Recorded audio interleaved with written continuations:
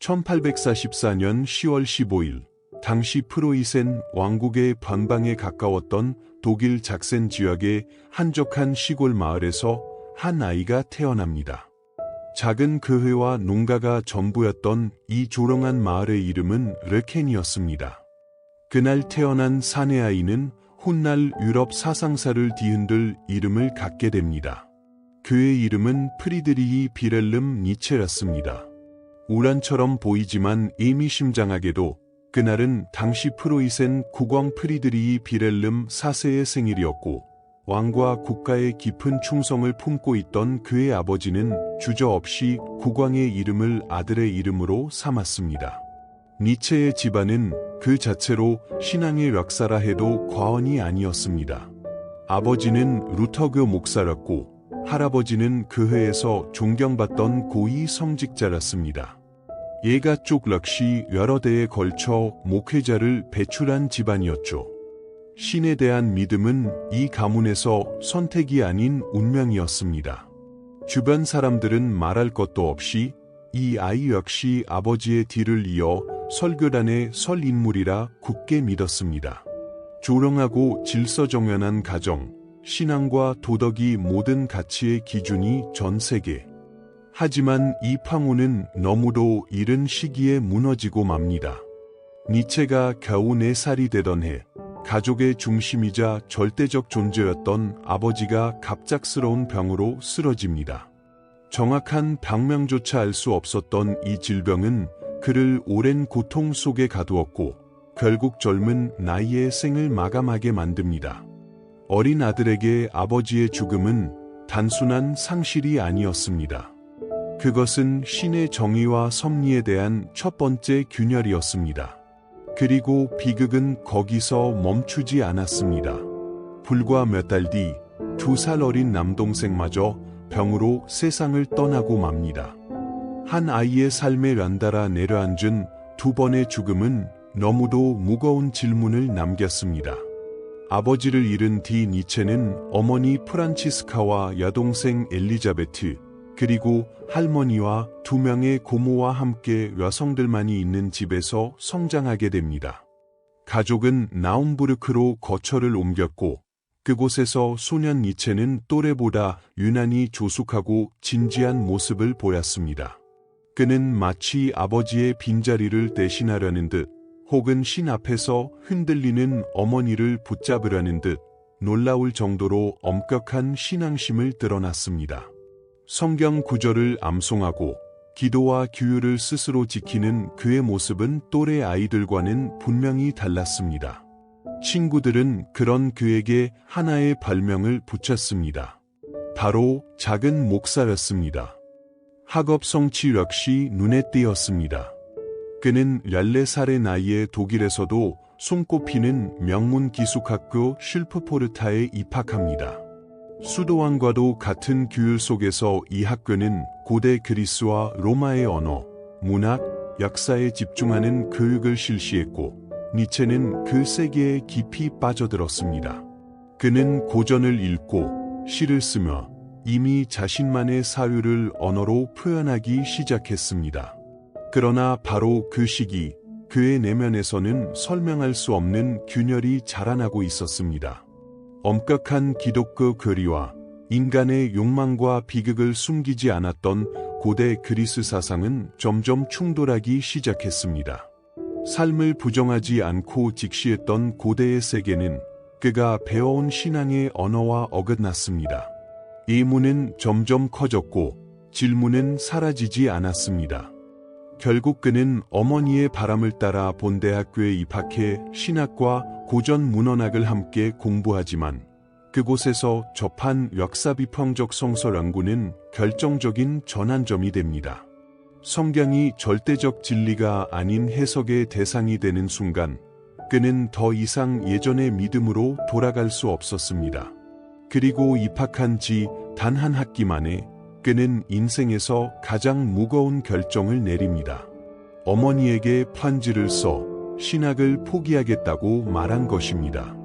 작은 목사로 불리던 소녀는 그렇게 신의 세계를 떠나 스스로의 진리를 향한 길 위에 서게 됩니다.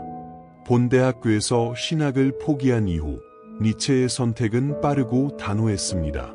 그는 더 이상 신의 언어 안에서 해답을 찾지 않겠다고 결심했고 자신을 학문적으로 이끌어 주었던 스승 프리드리히 리칠의 곁으로 향합니다.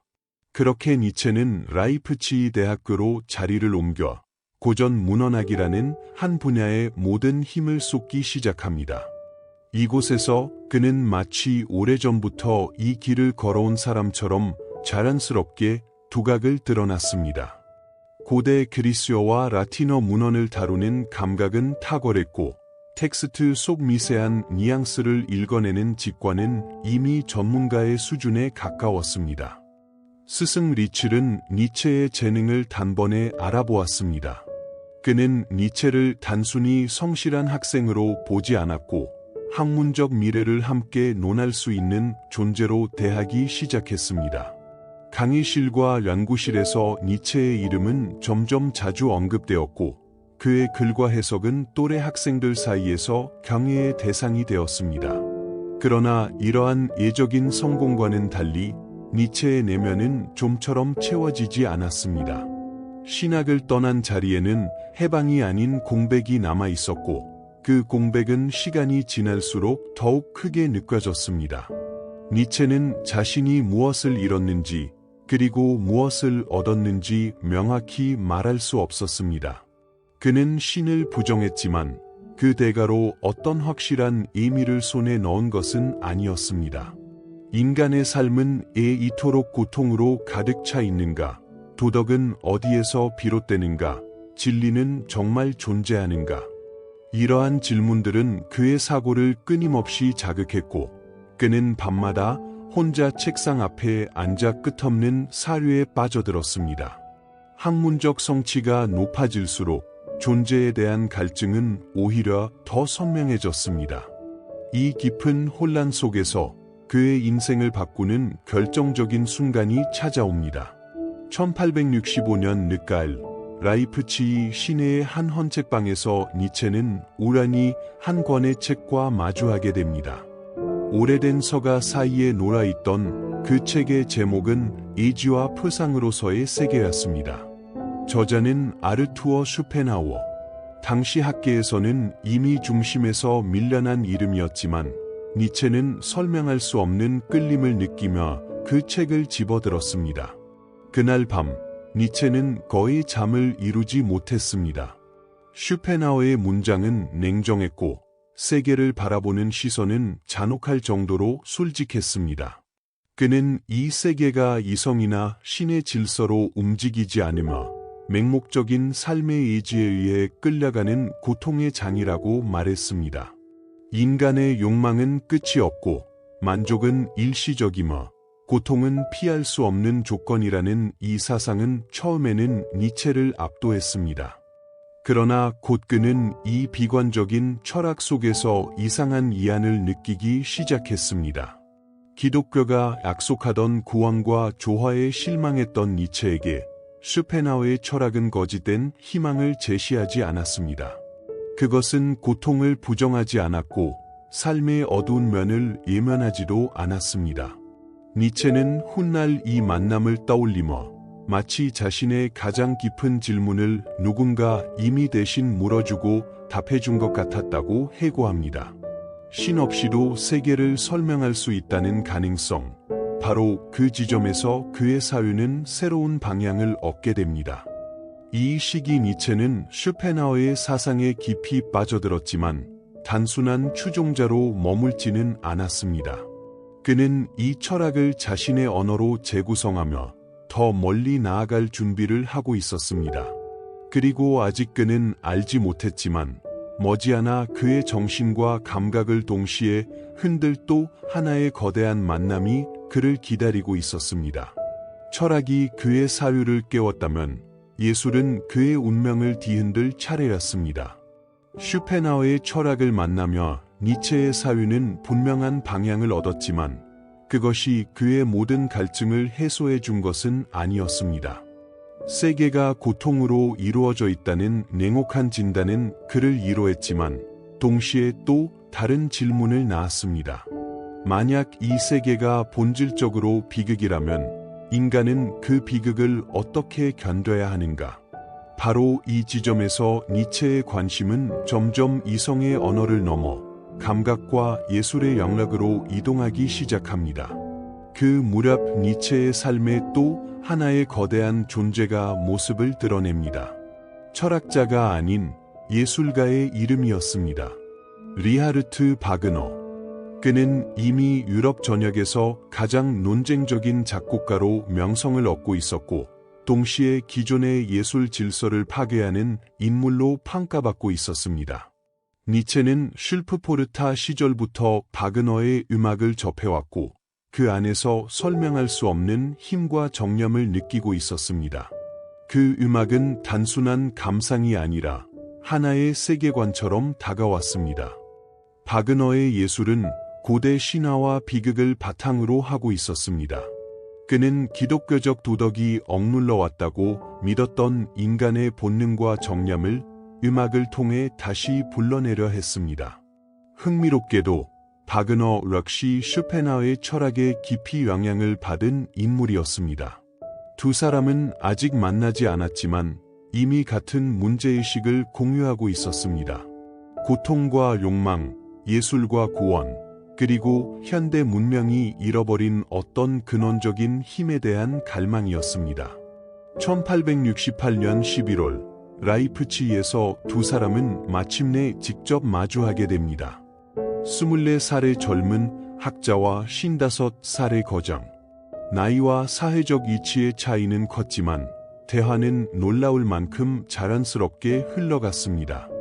니체는 바그너에게서 당대 독일 사회의 속물성과는 전혀 다른 모습을 보았습니다. 그는 바그너를 통해 고대 그리스 비극의 정신이 현대 예술 속에서 다시 살아날 수 있다는 가능성을 발견합니다. 어린 시절 아버지를 잃었던 니체에게 바그너는 단순한 예술가가 아니었습니다. 그는 존경의 대상이었고 정신적 지주였으며 때로는 아버지의 부재를 채워주는 존재처럼 느껴졌습니다. 반대로 바그너 역시 니체를 평범한 청년으로 보지 않았습니다. 그는 니체의 고전 지식과 철학적 통찰력에 깊은 인상을 받았고 자신의 예술을 이론적으로 뒷받침해줄 동반자를 만났다고 생각했습니다. 두 사람의 관계는 빠르게 가까워졌고 상호 신뢰는 점점 깊어졌습니다. 이 시기 니체의 학문적 명성 또한 급격히 높아지고 있었습니다.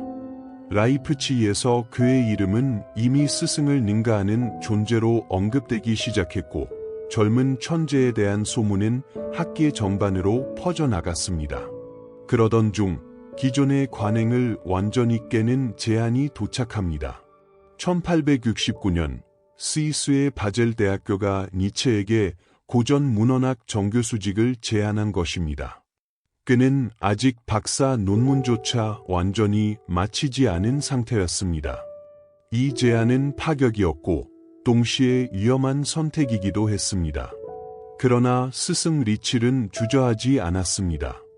그는 바젤 대학교의 니체가 자신이 수십 년간 가르친 학생들 가운데 가장 뛰어난 인물이라고 단언하는 추천서를 보냈습니다. 그 한 통의 편지는 모든 절차를 무력화시켰고 니체는 유럽 역사상 가장 젊은 나이의 정교수로 임명됩니다. 이제 그는 학문의 중심에 서게 되었지만 동시에 더 큰 긴장과 운명을 향해 나아가고 있었습니다. 24살의 나이에 바젤 대학의 정교수가 된 니체는 겉으로 보기에 누구보다 성공한 젊은 학자였습니다.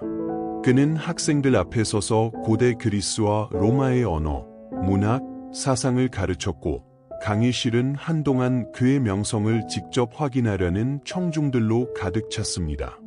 그러나 니체의 관심은 점점 전통적인 문헌 해석의 범위를 벗어나고 있었습니다. 그는 고전을 단순히 과거의 유물로 보지 않았고 그 속에서 현대 유럽 문명이 잃어버린 어떤 근원적인 힘을 찾아내려 했습니다. 이 시기 니체의 사류는 철학과 예술을 동시에 향하고 있었습니다. 슈펜하우의 세계관은 여전히 그의 사고의 토대였고, 바그너의 음악은 그 토대 위에 정념과 리듬을 불어넣고 있었습니다. 특히 바젤은 니체에게 상징적인 장소였습니다. 그곳은 그가 숭배하던 바그너가 망명 생활을 하고 있던 트립센과 매우 가까운 곳이었고, 니체는 거의 매주 주말마다 그를 찾아갔습니다. 바그너의 집은 니체에게 또 하나의 가정과도 같은 공간이 되었습니다. 두 사람의 관계는 처음에는 조화로웠습니다.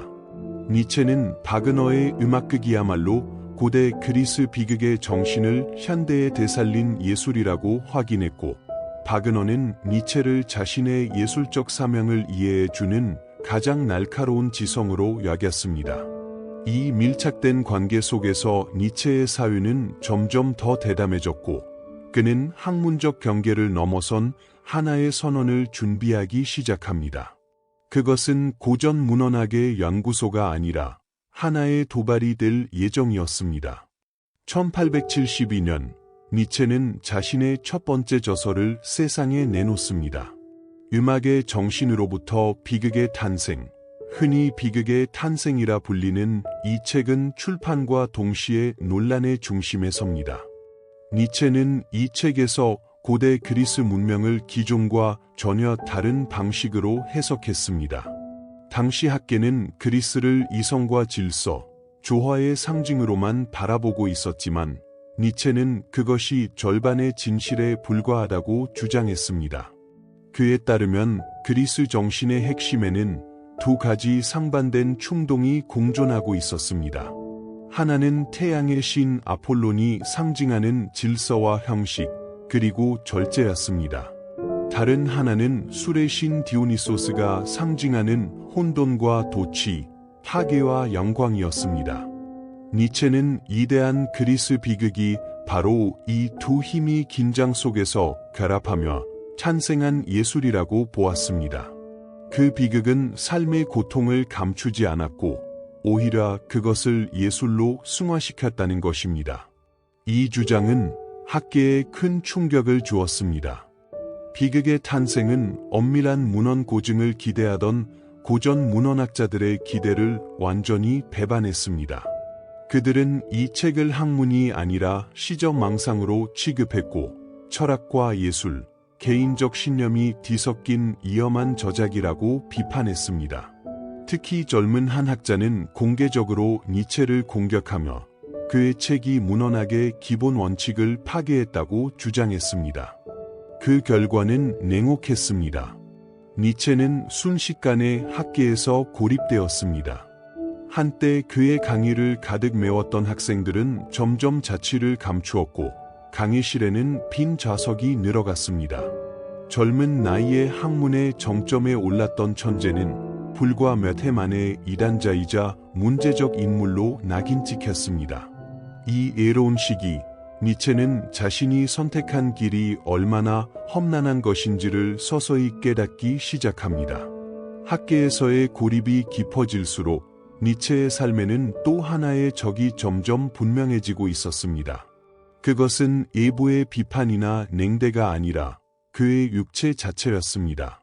니체는 어린 시절부터 허약한 체질이었지만 성인이 된 이후 그 증상은 점점 더 심각해졌습니다. 가장 그를 괴롭힌 것은 극심한 편두통이었습니다. 두통은 예고 없이 찾아왔고, 한 번 시작되면 며칠씩 지속되며 그의 사고를 마비시켰습니다. 빛은 칼날처럼 그의 눈을 찔렀고, 작은 소리조차 뇌를 쪼개는 듯한 고통으로 다가왔습니다.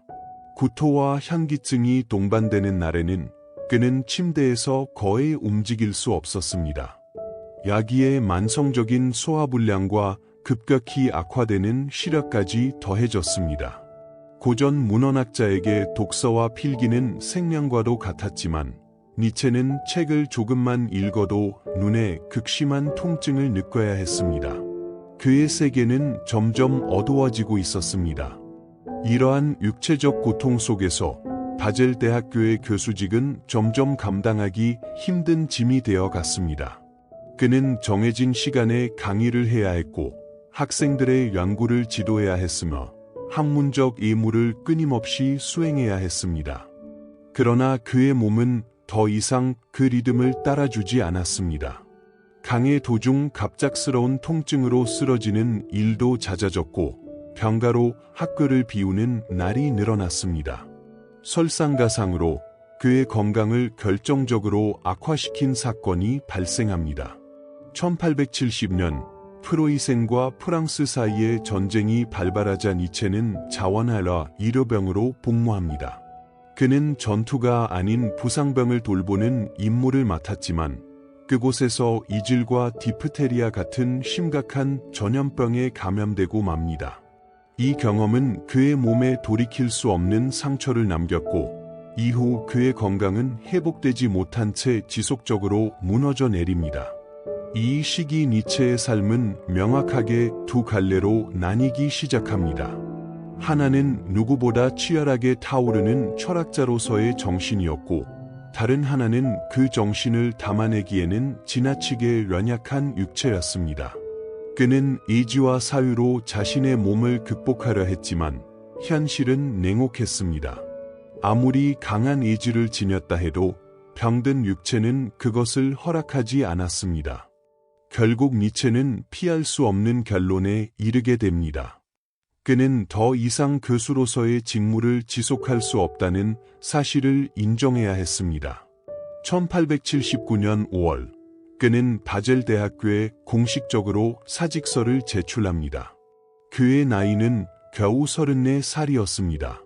불과 10년 전, 혜성처럼 등장해 유럽 역사상 최연소 정교수가 되었던 천재는 이제 모든 제도적 지위를 내려놓고 무대에서 물러나야 했습니다. 다행히도 바젤 대학교는 그의 학문적 재능과 안타까운 건강 상태를 고려해 많지는 않지만 최소한의 생계를 유지할 수 있을 정도의 연금을 평생 지급하기로 결정합니다. 그러나 이 사임은 니체에게 단순한 직업의 상실이 아니었습니다. 그것은 사회적 역할과 안정, 학문적 소속으로부터의 완전한 이탈이었습니다. 그는 이제 누구의 제자도 어느 대학의 교수도 아닌 존재가 되었습니다. 이 순간부터 니체는 자신을 새로운 이름으로 부르기 시작합니다. 그는 스스로를 자유정신이라 불렀습니다. 특정한 제도나 공동체에 속하지 않고 오직 자신의 사유만을 의지해 살아가는 존재. 그렇게 니체는 고정된 거처를 버리고 사유만을 위한 고독한 방랑의 길로 들어서게 됩니다. 교수직을 내려놓은 이후 니체의 삶은 완전히 다른 리듬으로 흘러가기 시작합니다. 그는 더 이상 강의 시간이나 학사 일정에 얽매이지 않았고 계절과 날씨 그리고 자신의 몸 상태에 따라 거처를 옮겼습니다. 스위스의 산악지대, 이탈리아의 해안 도시, 프랑스 남부의 햇빛 아래에서 그는 짧은 체류를 반복하며 살아갔습니다. 이 방랑은 도피가 아니었습니다. 그것은 오히려 자신을 지탱하던 모든 예부 구조를 제거한 뒤 사유만으로 존재하려는 실험이었습니다. 니체는 이 시기에 자신을 자유정신이라 불렀습니다. 그는 더 이상 제도적 학문이나 동료 학자들의 승인에 관심을 두지 않았습니다. 대신 그는 하루 대부분을 혼자 걷고, 혼자 생각하고, 혼자 글을 쓰는데 사용했습니다. 육체적 고통은 여전히 그를 괴롭혀 쓰지만 정신만큼은 이전보다 더 날카롭게 깨어 있었습니다. 그러나 이 자유에는 대가가 따랐습니다. 그것은 극심한 고독이었습니다. 니체는 자신의 사상을 이해해 줄 누군가를 갈망했습니다. 그는 편지를 통해 지적 교류를 시도했지만 진정으로 자신의 사유를 공유할 수 있는 동반자를 찾기란 쉽지 않았습니다. 그에게 필요한 것은 단순한 독자가 아니라 같은 높이에서 질문하고 응답할 수 있는 존재였습니다. 바로 그 시점에 그의 삶에 예상치 못한 인물이 등장합니다. 1882년 봄, 니체는 이탈리아 로마에서 친구이자 철학적 동료였던 파울레를 통해 한 젊은 여성을 소개받습니다. 그녀의 이름은 루 안드레아스 살로메였습니다. 당시 21살이었던 그녀는 러시아 출신으로 이미 다양한 학문 분야의 깊은 소양을 갖춘 인물이었습니다. 그녀는 아름다움보다도 지적 독립성과 당당한 태도로 주변의 시선을 끌었습니다. 니체는 그녀를 만난 순간 강렬한 충격을 받았습니다. 그는 자신의 사상을 이토록 빠르게 이해하는 사람을 처음 만났다고 느꼈습니다. 더구나 그 상대가 여성이라는 사실은 당시 사회적 관습 속에서 더욱 특별하게 다가왔습니다. 니체는 루 살로메를 단순한 지적 교류의 상대가 아니라 자신과 같은 방향을 바라보는 영혼의 동반자로 여기기 시작합니다. 세 사람, 니체와 파울레, 그리고 루 살로메는 기존의 사회적 관계를 거부하는 독특한 공동체를 꿈꾸었습니다. 결혼이나 연애 같은 제도적 관계 대신 오직 사상과 학문만을 중심으로 한 순수한 지적 동맹을 이루겠다는 계획이었습니다. 이 이상적인 구상은 당대의 기준으로는 매우 파격적인 것이었고, 그들 스스로도 이 실험이 얼마나 불안정한지 알고 있었습니다. 그러나 시간이 흐르면서 니체의 감정은 점점 다른 방향으로 기울기 시작합니다. 그는 지적 존경을 넘어 루 살로메를 여성으로서 깊이 사랑하게 됩니다. 그 감정은 그 자신도 통제하기 어려울 만큼 강렬했습니다. 니체는 2차례에 걸쳐 그녀에게 결혼을 제안합니다. 하지만 루 살로메는 이를 모두 거절합니다. 그녀는 어떤 형태의 숙박도 원하지 않았고 누구의 사상이나 삶에도 종속되길 거부했습니다. 이 거절은 니체에게 깊은 상처를 남깁니다. 동시에 이 관계를 둘러싼 또 하나의 긴장이 서서히 모습을 드러내기 시작합니다. 그것은 아직 완전히 드러나지 않았지만 곧 그의 삶과 사유를 다시 한번 무너뜨릴 씨앗이 되고 있었습니다. 루 안드레아스 살로메와의 관계가 완전히 무너진 뒤 니체의 세계에는 더 이상 기대거나 의지할 수 있는 인간적 연결이 남아있지 않았습니다. 그는 자신이 사랑했던 여인과 신뢰하던 친구를 동시에 잃었다고 느꼈고, 그 상실감은 그를 깊고 차가운 고독 속으로 밀어넣었습니다. 니체는 이 시기를 인간으로서 감당할 수 있는 가장 가혹한 절망의 시간으로 기억했습니다. 그는 편지에서 스스로를 완전히 파괴된 존재라고 표현하며 살아있다는 사실 자체가 견디기 힘들다고 고백하기도 했습니다. 그러나 역설적으로 바로 이 극단적인 고독이 니체의 사유를 이전과는 전혀 다른 차원으로 밀어 올립니다. 그는 더 이상 누구에게도 이해받기를 기대하지 않았고 오직 자신과 세계만을 마주한 채 걷기 시작했습니다.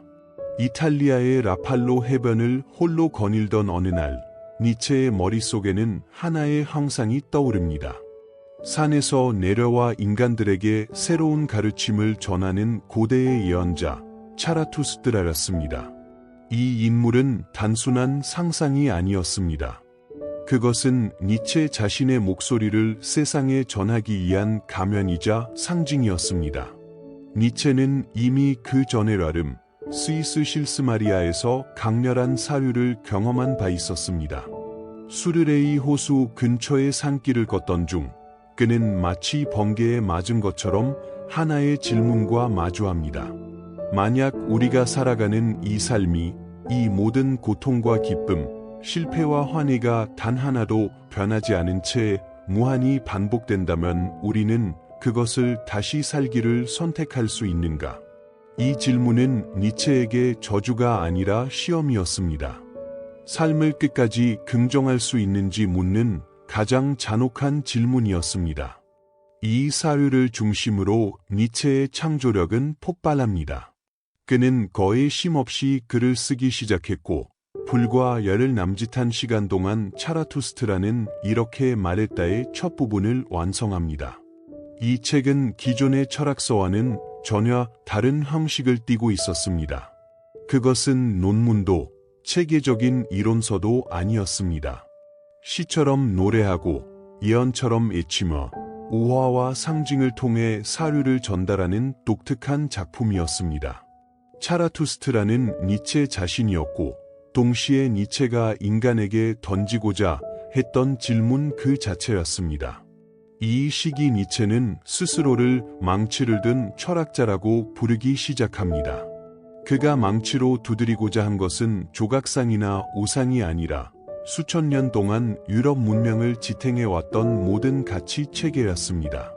그는 기독교 도덕과 절대적 진리, 변하지 않는 선과 악의 기준이 이미 생명을 잃은 껍데기에 불과하다고 보았습니다. 겉으로는 여전히 존중받고 있었지만 그 안은 텅 비어 있다는 것이 그의 진단이었습니다. 바로 이 지점에서 니체의 가장 도발적인 선언이 등장합니다.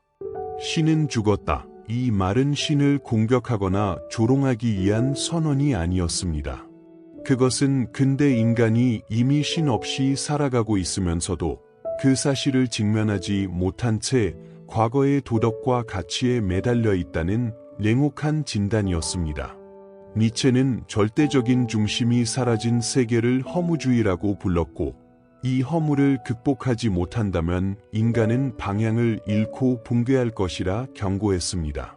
그렇다면 이 공허한 세계에서 인간은 어떻게 살아야 하는가? 니체의 대답은 명확했습니다. 인간은 스스로 새로운 가치를 창조해야 한다는 것입니다. 기존의 도덕에 의존하지 않고 자신의 삶을 스스로 긍정하는 존재가 되어야 한다는 것이었습니다. 그는 반복될 운명까지 끌어안고 다시 한 번이라고 말할 수 있는 인간, 허무주의를 넘어선 존재를 초인이라 불렀습니다. 이 모든 운동의 근원적인 힘을 니체는 권력의 의지라고 명명했습니다. 그것은 타인을 지배하려는 정치적 욕망이 아니라 자기 자신을 끊임없이 넘어서는 생명의 충동이었습니다.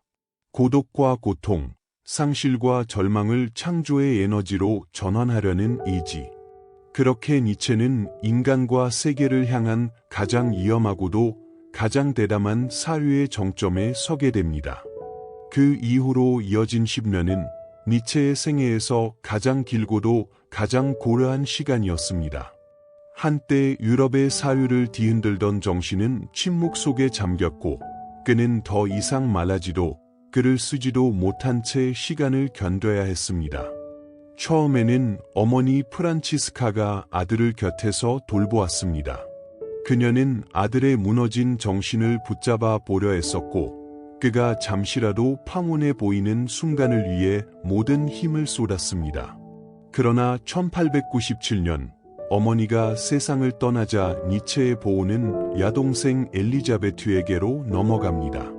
이 선택은 그의 사상에 또 다른 비극을 불러오는 계기가 됩니다.